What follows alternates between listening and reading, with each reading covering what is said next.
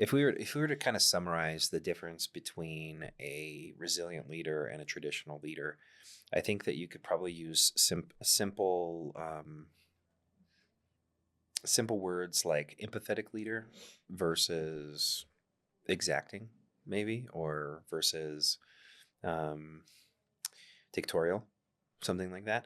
Both of which have their pros and cons, right? There's plenty of organizations in the world. Apple's a good example of that. Steve Jobs is a very dictatorial. He's been categorized as a diva, right? And that's because he was so focused on the goal of changing the perspective of that, the development of that particular subsect of business or whatever, that he wanted it to become its own entity, and he was so dedicated and focused that he drove people away through his exacting or dictatorial style of leadership.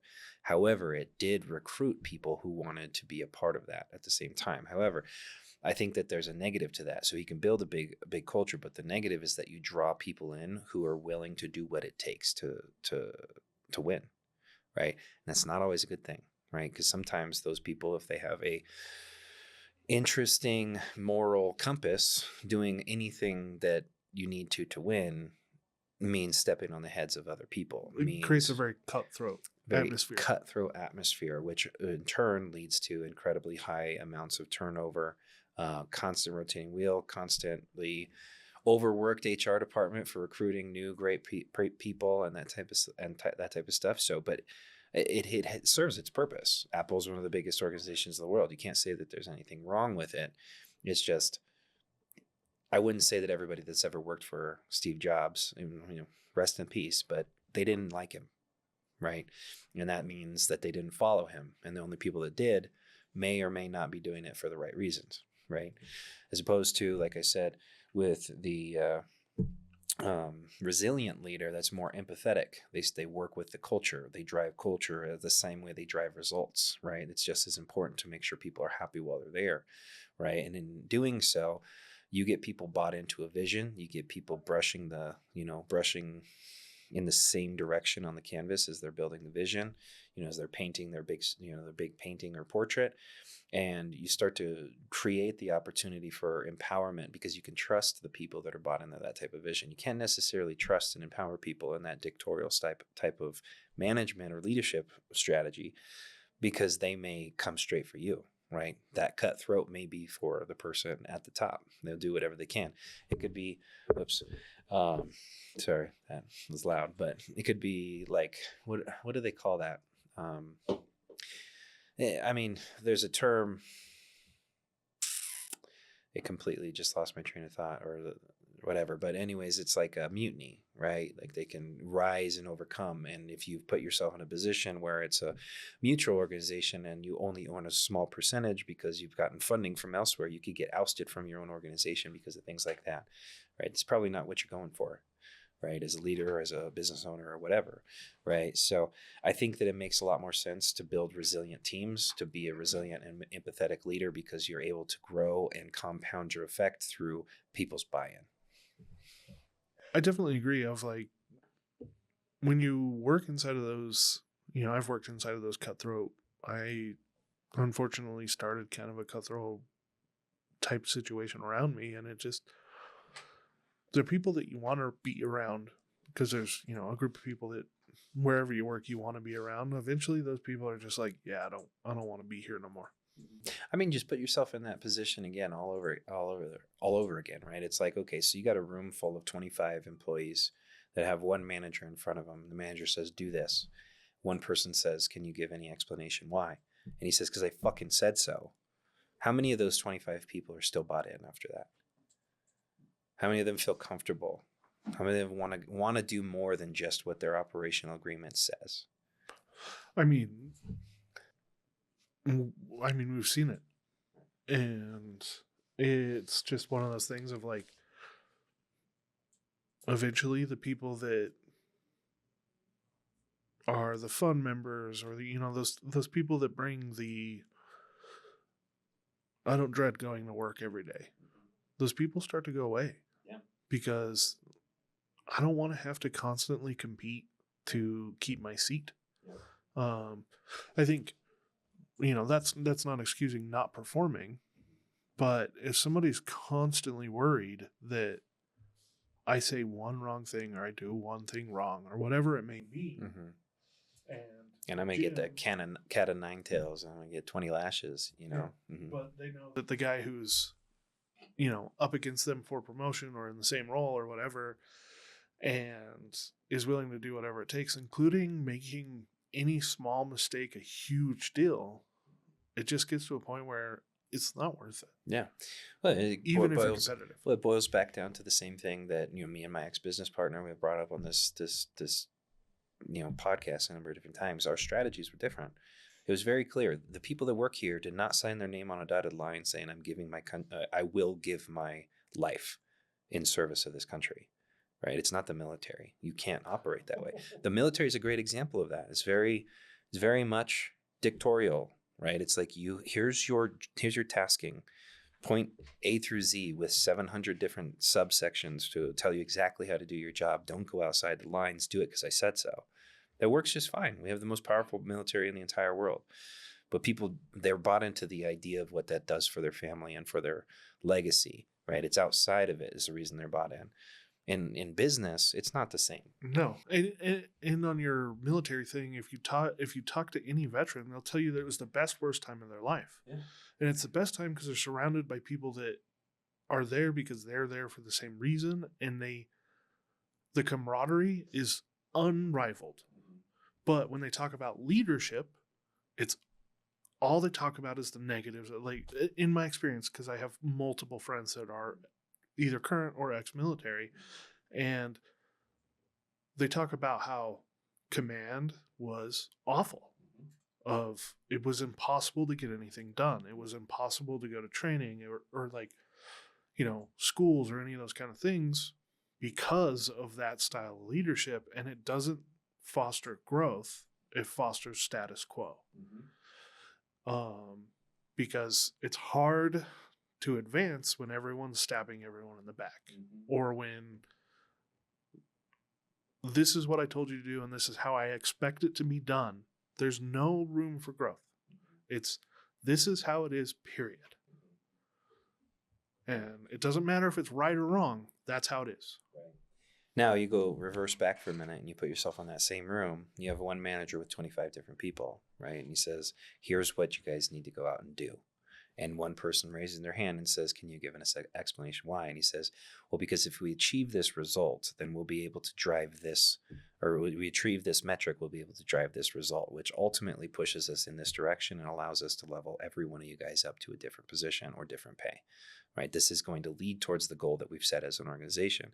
And it plays in and gives the why, right? We said this, I think it was the very first video, or if not the very first, not the podcast, but one of the very first videos we gave, which is, what's your why? And that's personal why, but starts with why as a book that we always talk about in here, right? Simon Sinek. It's like, if you don't give a why factor behind an action or an objective, how are you going to get buy-in, right? People want to know why they're doing something. They know they're required to. They work here. It's part of their operational agreement. But if you give them a why, they can buy into that why, and they can have a reason for doing the things that come along. And collaboration then becomes a thing. Right. Empowerment is actually something you can use at that point because they're bought into the vision. You can trust them because they're thinking in the same way, a brainwave that you are as the organizational head or the manager or whatever. Well, and I have an explosive personality. I know it doesn't come out here, but I have a very explosive personality, and we've ran across this with me of like, we're just going to move past something while we're explaining the why. And it's like, no, stop. Mm-hmm. The why is as important as the do. Mm-hmm. So every member of our leadership has to be able to give a reason of, please do this. Mm-hmm. Here's the reason why. Yeah. Right. Well, we give that why, right? And we give this empathetic why-based statement, whatever, versus the dictatorial statement, and we look at them, and if we were to create like an experiment, and we did this, and you monitored what happened, and you gave the same objectives but delivered into two different mechanisms, one might get the buy-in of one or two, whereas this one gets the buy-in of 20 to 25. Right? How much more growth can you achieve as an organization? How more opportunities for collaboration and compounded effect can you get from this organization as opposed to this one? Right? That's the purpose. And that's why I say, you can make it. Apple made it. The military does it. Right? GE does it. They're a great example of it. They're a very cutthroat business. It's very much, stockholder centric, every decision that's made, but they're one of the biggest organizations in the world. Right? You can do it, but one's going to be an army working together, whereas one's going to be a couple of good leaders and a lot of continued recruitment. And I can speak directly to that of like when I did that dictatorial leadership, because that's how I operated, because that's how I thought the only type of leadership there was. That team did everything I asked. They didn't last very long. However, everything I asked and put in front of them was done 100% of the time. Because I'm, again, explosive personality. They didn't want to deal with my anger or my frustration or you know what, just go ahead and get the fuck out of here. Because that's very much how I behaved, and I fight that constantly. But like I was saying, everything got done, but only when they were told. There was never any forethought of I need to do more than just this. I think that a resilient leader is a very adaptable leader at the same time. I think that the law of diminishing return probably plays into this pretty well too. Absolutely. Right? Because if you got the team and you're leading with empathy, leading the charge, building culture, all that stuff, and you're always giving second chances, it can also lead to, growth patterns changing from, very explosive to very, plateau at some point in time, right? So you're going to achieve your first objective as a dictatorial or traditional leader, right? But you may not get to many more without recruiting more personnel to get there, right? So it's we achieved this one, we lost 10, achieved this one, lost 10, achieved this one, lost 10, whereas this person could go faster if they were able to make a judgment call and be more direct, right? There's certain times you don't have to give a why because this person doesn't deserve that why. They have not performed for that why, right? They're missing on their KPIs. They're missing on their metrics. They're showing up late. They're not doing the job. They're not respecting you as their leader. You don't have to show them more respect than they're showing you. It's more important to be respected as a leader than it is to be liked, right? So you have to know when to flip that switch and when to adapt. But that's what's going to grow that constant high growth chart. And the empathetic leader also recognizes the people that need that more dictatorial style. Of there's some people that only know how to operate in that situation of hey, here is what you have to do. And then all of a sudden their performance goes off the chain because they're okay, great, I understand, because but that can still be done in an empathetic way instead of it being do this because I told you. It's peasant. Yes, it's here's what you do and here's how you do it all the time. And there are people that respond that way. There are a lot of people that respond that way. We've had to deduce that with our staff, over time.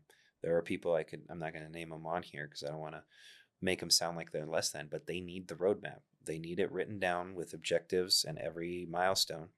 And if you give that to them, that's as clear as they need and they'll get it done. There are some people that need that roadmap and they need a reason why we're following that roadmap, right? So give it to them, right? Know your team. Be invested enough as a leader to know who your people are and what they need from you so you can actually keep the stroke in the same direction. Question, I think we can just slice this in here. Am I one of those people or not? You can address it to that, obviously. I don't necessarily, well, I've had to give you roadmaps, I guess, in the past. Yeah. These are the things, but you're more creative. So I give you a destination rather than milestones and want you to create milestones. And then I just have to kind of make sure you don't fall outside of the lines more than anything. Right. When we specifically managing, our creative director asked, or producer asked if he's one of those people that you have to give more of a roadmap. And no, we are very much, this is where we're trying to go. Find your way there. because a lot of this is uncharted territory and you're a very good pathfinder. Mhm. However, what a lot of pathfinders run into is there's lots of trails along the way. Distractions. And Yeah. so pathfinders need Blinders. blinders. There you Yes, go. exactly. They need, I was going to say leashes, but blinders is a better way to say it. That's so. Get back here, Lachlan. Yeah, it's just bad dog. well, that's not entirely what I meant, but like of just like that's great. That's a future state thing. I Mhm. definitely want you to pathfind that, Mhm. but But we right need now- to get to here before we even think about that. before we pathfind. Yep. And so, and that's just another member of your team. Mm-hmm. Every great team has great pathfinders. Mm-hmm. It's just about also, typically that pathfinder is the person in the head lead chair. Mm-hmm. And then Generally, that's how they get elected into that head position, as they understand the vision from a 30,000 foot perspective, not just right here on this table. correct. So in this conversation of, talk about pathfinders and things like that, of like, I think that pathfinding thing, that's an empowerment thing. And this is a thing that I've been learning specifically of, and, as you go through your leadership journey of like what empowering people properly does, of when you empower leaders within your team, or, a leader becomes empowered and they, follow the vision that we're set, it can help build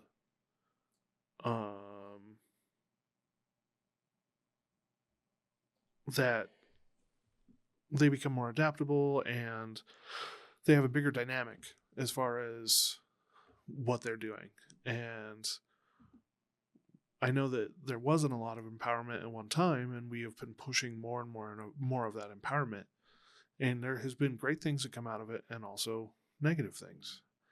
And that comes from building those really strong, resilient leaders. And so what part of empowering people do you think plays into this resilient leader category? Well, I guess to talk towards what you said at the beginning. So it was, everything was controlled. And that's the way that my ex-business partner wanted it to be. There wasn't too much information granted. There wasn't too much access granted. There wasn't over the top responsibility given to somebody individually, because it was always out of fear, right? That was a choice out of fear, because he felt as though there was always going to be somebody trying to take away from him if they gave them too much, right? Which is not actually a faulty thought, right? We've been through 3 or 4 different rounds of people trying to steal from the organization in some way or another, right? So, you don't necessarily need to trust people wholeheartedly, but you got to trust them enough to advance them through those milestones. So I guess that's why I'm answering in this way. I think that it takes small steps to see how they fare. I think that you shouldn't hand somebody the keys to the castle, but maybe a keys to one door, and see how they operate that way first. See what their integrity is like. See how well they cherish it and honor what it is that you're asking them to do and what you're asking them to control before you start to open up more and more doors to them, right? But we are pushing towards the empowerment, and that's on purpose, because as an organization, if we want to grow, and every decision, everything has to be boiled down to a singular source, well, there's only 24 hours in a day. And there's only 365 days in a year. It's going to take an incredibly long time to build an expansive operation in the sites that we're trying to go towards, if I'm controlling every metric at all times. Now, if I'm giving expectations and requiring reporting back on how far along they've gone, timelines given that are effective timelines to say these are the barriers you have to cross in this amount of time, it makes it really simple to be able to trust and verify, because you're creating the verification step, right? But empowerment, I think you can also use the good old-fashioned smell test with this one as well. There are certain people where, they may have came out. I think that's the gutter guys doing something, probably. I have no idea. Yeah. Definitely. fuck is that noise? You're probably cutting a downspout. I don't know. Oh, gotcha. I was kind of losing my train of thought there. What did I just say? Smell test on empowering people. Oh, so we've been guilty of this before, where we bought into somebody and gave them too much control or too much power at the very beginning, because they came in with a heavy and hot resume. They came in saying all the right things, sounding exactly the right way, but it just turns out they did a lot of good research to find out what it is that we wanted them to say, right? As things progress and as they moved along, you could start to feel. Levi is a good example of this. You could start to feel that this is just not something you should keep trusting, but yet we did keep trusting it because we didn't want to second guess our own decisions, right? And it led to a gigantic mutiny in that location, right? We lost the majority of the staff members that he was controlling because he was a terrible leader, right? And so I think that applying the smell test, trusting your gut, also needs to come into play there. If somebody's giving you the heebie-jeebies, it's just not hitting, like you don't think you can trust the words that they're saying, start to do some investigation on that and reel it back a little bit. Take things and authorities and controls back from them until they've proven that maybe it was just a mistake, or maybe you're gauging them incorrectly. I think leaders know when they can trust somebody and when they can't, right? But did that answer your question? Yeah, I think that, mostly what I was talking about with empowering the team is exactly what you're talking about. Of like, sometimes you got to do your empowerment in stages. So that's by, you empower people daily of like, here are your tasks, but at least we do, of like, here are your tasks. So long as you complete them, we're good. Yeah. And that's a form of empowerment, but like, it's also I'm not gonna, I've always been much more of the person of, here's what you need to get done. I expect you to figure out how to do it for yourself.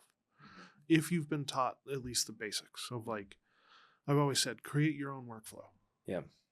Well, we do that with almost all of our team, outside of people who have to be at their desk for certain time periods because clients rely on that and whatever, right? That's what's broadcasted on Google. But it's like the hours thing is always a conversation for a lot of our employees. My perspective is, if you're meeting your objectives and you're doing it in a fashion that also balances your life, I don't care. Right? I don't care that you worked 2 hours in the morning, 3 hours in the middle of the day, 4 hours at night. I don't care. That doesn't matter to me, because you have achieved your required time, you've achieved your goals, your KPIs look good, and you're honoring your operational agreement. It doesn't bother me, right? So that's an empowerment of itself. You control your day, right? So we start with those little things. Are you responsible enough to control your day and your own workflow and how you get this job done? But the second that there's misses and there's patterns behind those misses, we've got to shorten that leash a little bit. Yep. Gonna narrow the blinders. Yeah. Sorry. No leashes, blinders. Right. When we're narrowing the blinders or widening them for someone, of how do we focus on like the identifying talent, identifying future leaders on our team? Because sometimes people come in who've never really had a leadership role, but potentially could be a really good fit for leadership. And those kind of things. I know that specifically, like with members of our team, we've spent a lot of time alongside them, of like, maybe they were leader in other roles, but they were a little bit unfinished, a little bit unpolished. And so what are some of the ways that we've used to develop the leaders on our team, because we've had to round off some rough edges over time? Yeah. Well, first off, you should always try to gauge as much as you can while onboarding, right? Direct questions are really useful. Asking people what their goals are into the future. Where do you see yourself? Do you see yourself operating alone? Do you see yourself managing a team? Where do you want to place yourself over the next 5 to 10 years, right? That's a good gauge at the beginning, because we know what to keep our eyes out for. Now, there are certain things that that completely stop me from like wanting to let you progress at all. And there are things that make me want to invest into you. So if I ask somebody, or I find out that by their manager, their manager asked them to do something and their response was, well, that's not my job. I'm never going to promote that person. Hope you guys are watching. Right? Pride team. Right? I get that it's not your job, but it's part of the objective of the organization. You're being paid to be here, right? So will you or won't you be invested into this idea, right? Those people are people I don't want to invest into, because they're not going to create a culture or a team underneath of them that are people who are willing to go to the ends of the earth to support their leader, right? It's just a automatic game's over, right? Now, on the other side of things, people who ask a lot of questions are people who I really like to invest into.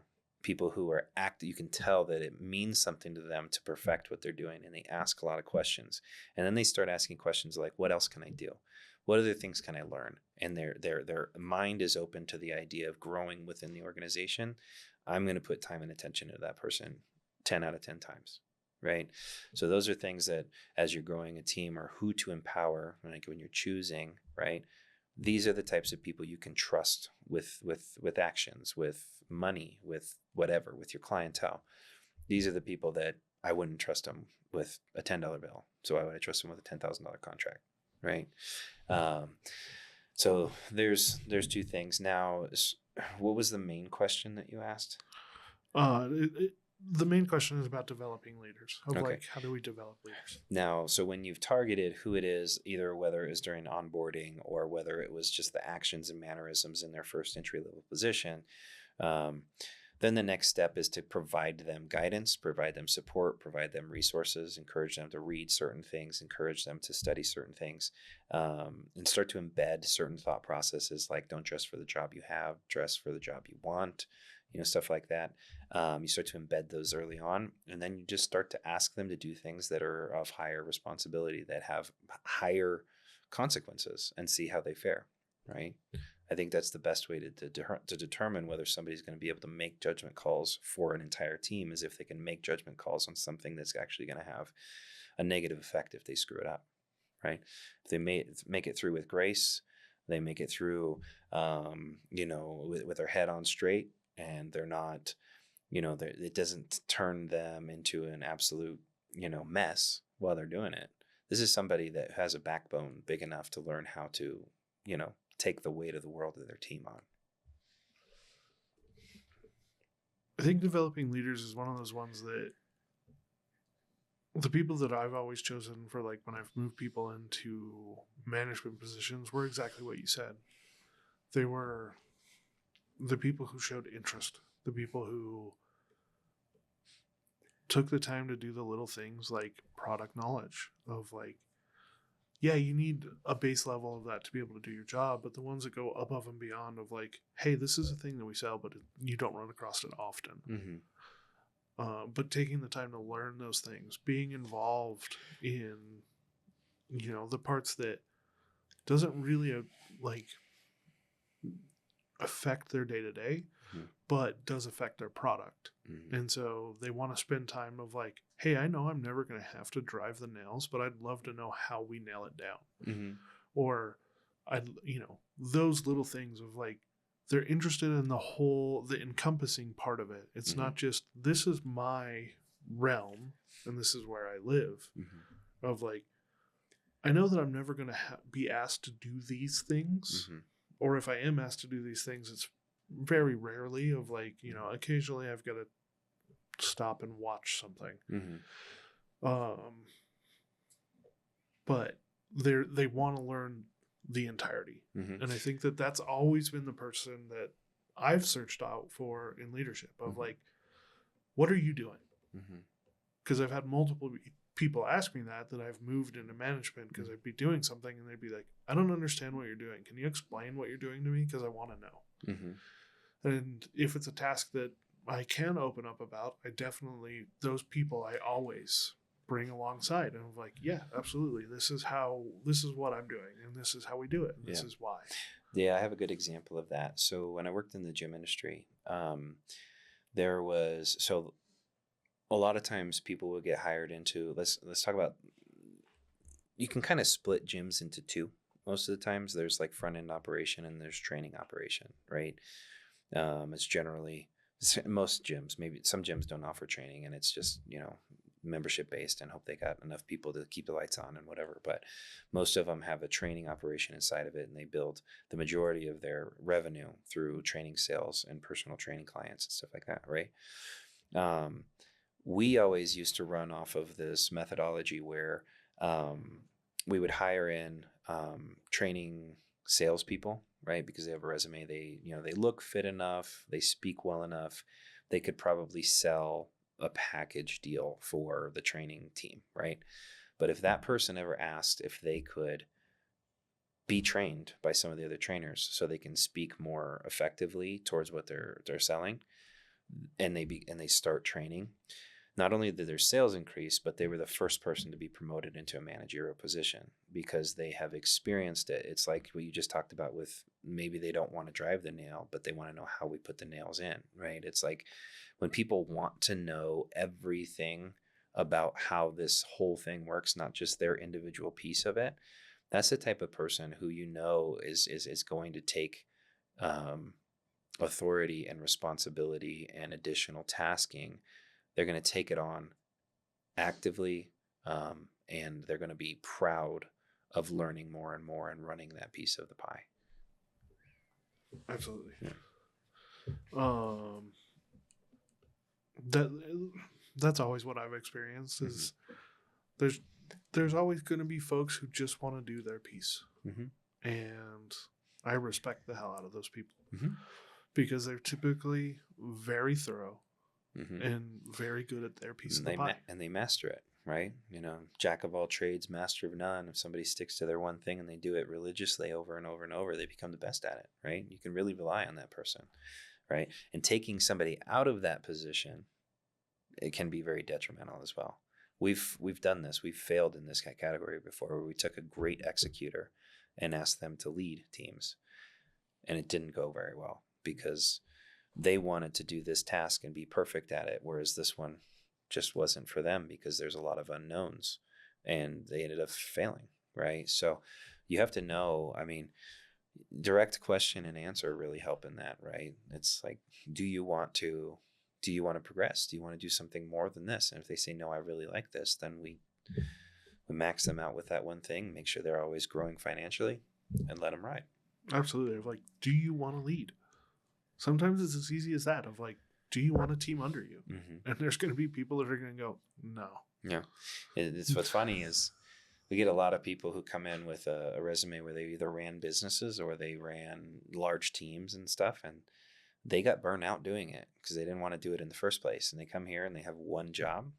They don't want to leave that one job, right? Sometimes the heat of all that responsibility is just not something that they want to endure for their whole life, and they've found a more comfortable position. I'm okay with that. I'm definitely okay with that. So, and then on the resilient, I know we haven't done a lot of this, but it's a question that comes up constantly. It's a huge question right now of like, what about hybrid work? People are always asking about, I want to work from home, or I want to, work from Cancun on the beach. How does a resilient leader approach that? Of like, how do we as a team approach that? Yeah. Because it's a hard conversation to have. Well, to be frank, there are a lot of positions you can turn into a satellite position, right? There's a lot. Just about every computer job on the planet, if your job is in front of a computer screen, that computer screen could be wherever you want it to be, right?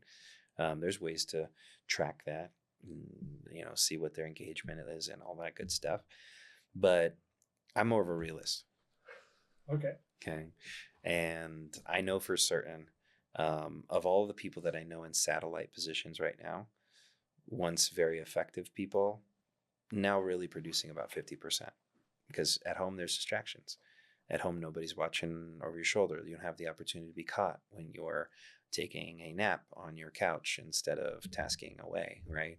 Whatever it is, I'm not a fan of satellite. And that's probably me erring on the side of that dictatorial leader. Like, no, we're going to do it this way because I said so. But I like that we have our people in a nucleus, like in a central location. I like that our people have access to each other all the time. You don't have those same access points when you're at home, so it takes longer to achieve a task. And not only that, but you got distractions, and then you've got your instincts of, nah, I can get to it tomorrow, or nah, I can do this slowly because nobody cares.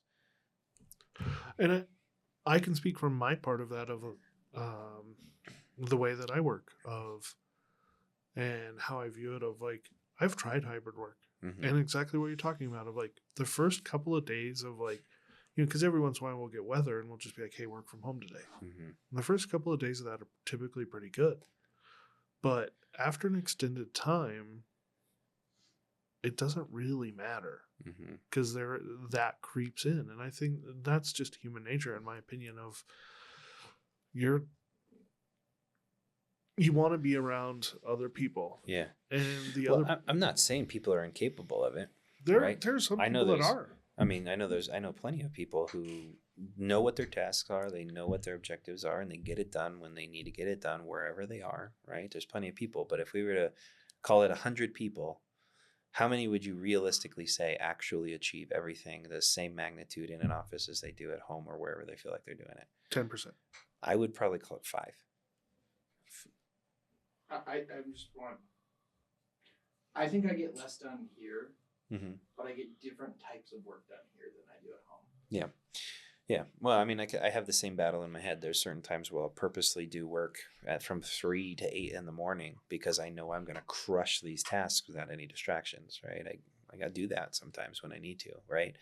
But it's more about, if we're doing that as a long-term thing and you're dealing with 5 to 10 of 100 people who are really going to be active and constant, and they don't need that motivation from the people around them or the access of the people around them, you've just limited your capacity as an organization by A bunch. 90 to 95%, right? Yeah. I don't think that's going to be work in your benefit, right?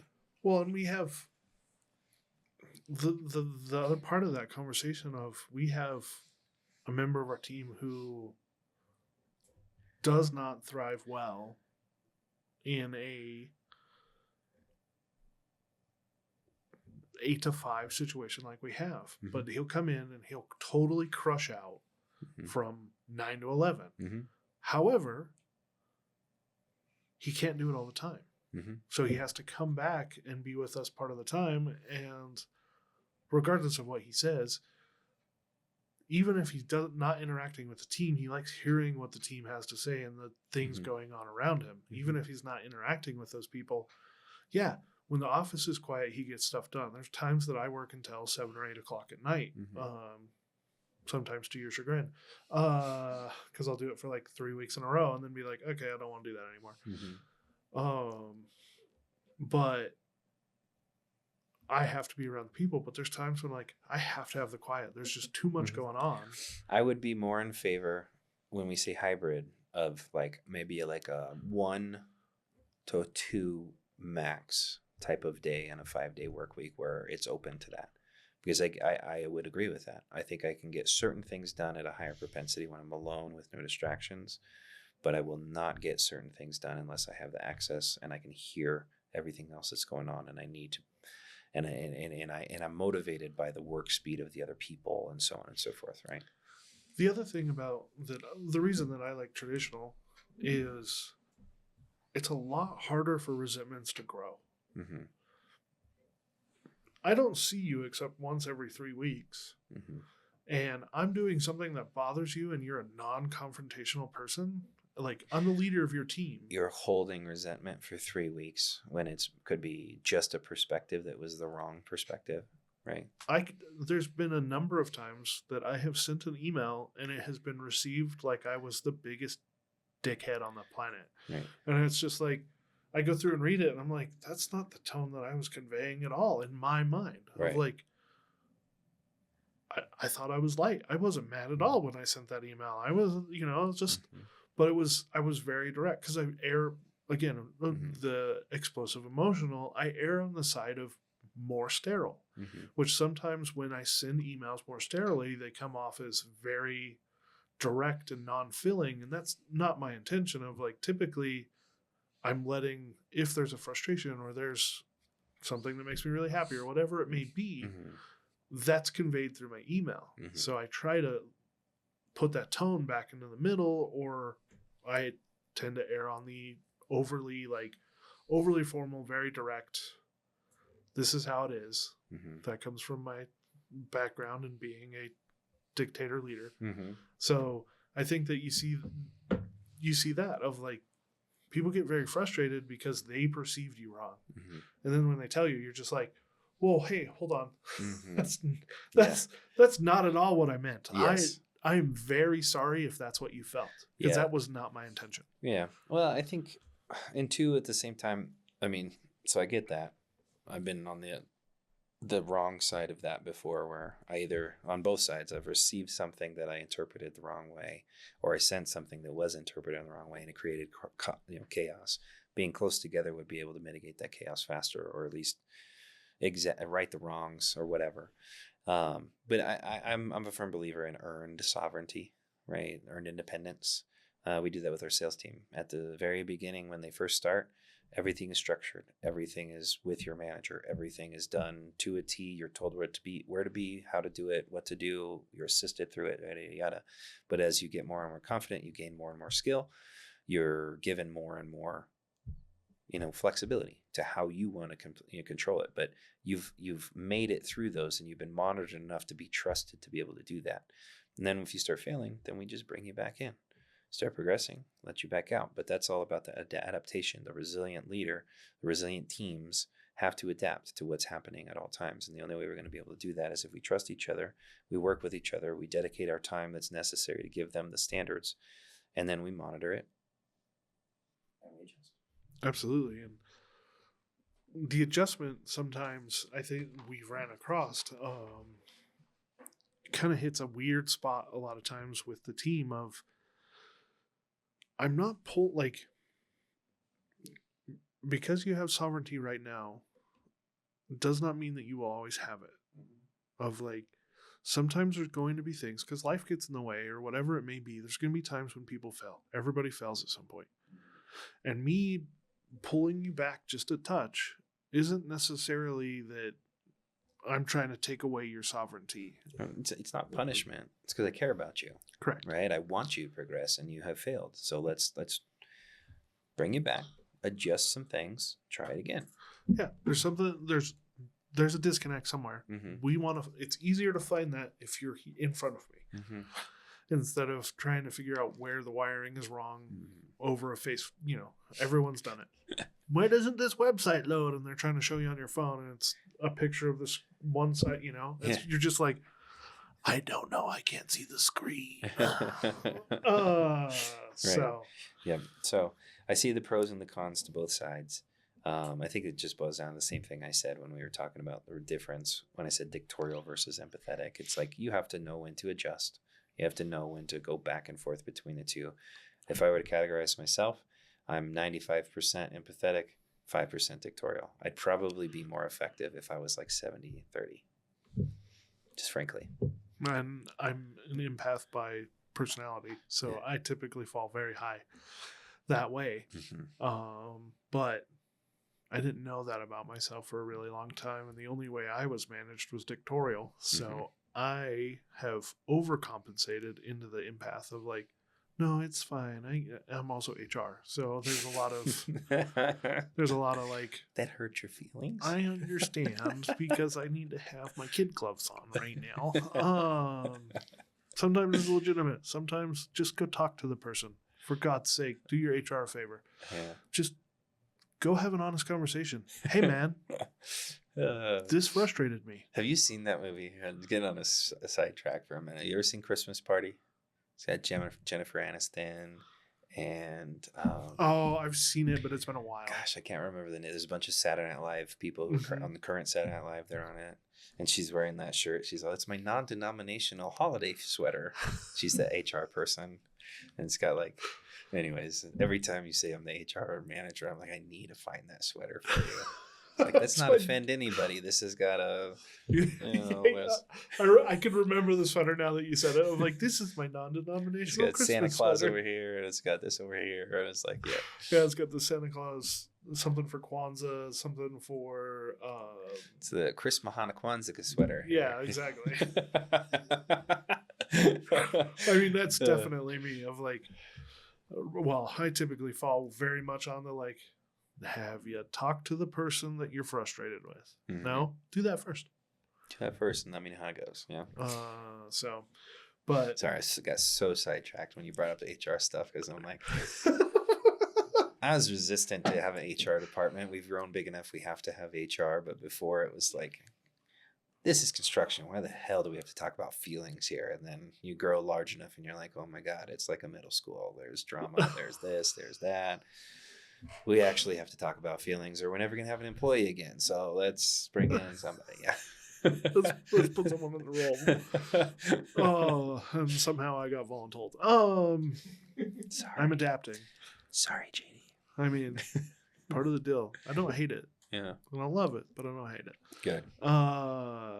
You know, it's just one of those things of like I've adapted and I've learned a lot. And for all the like very professional HR people out there, thoughts and prayers.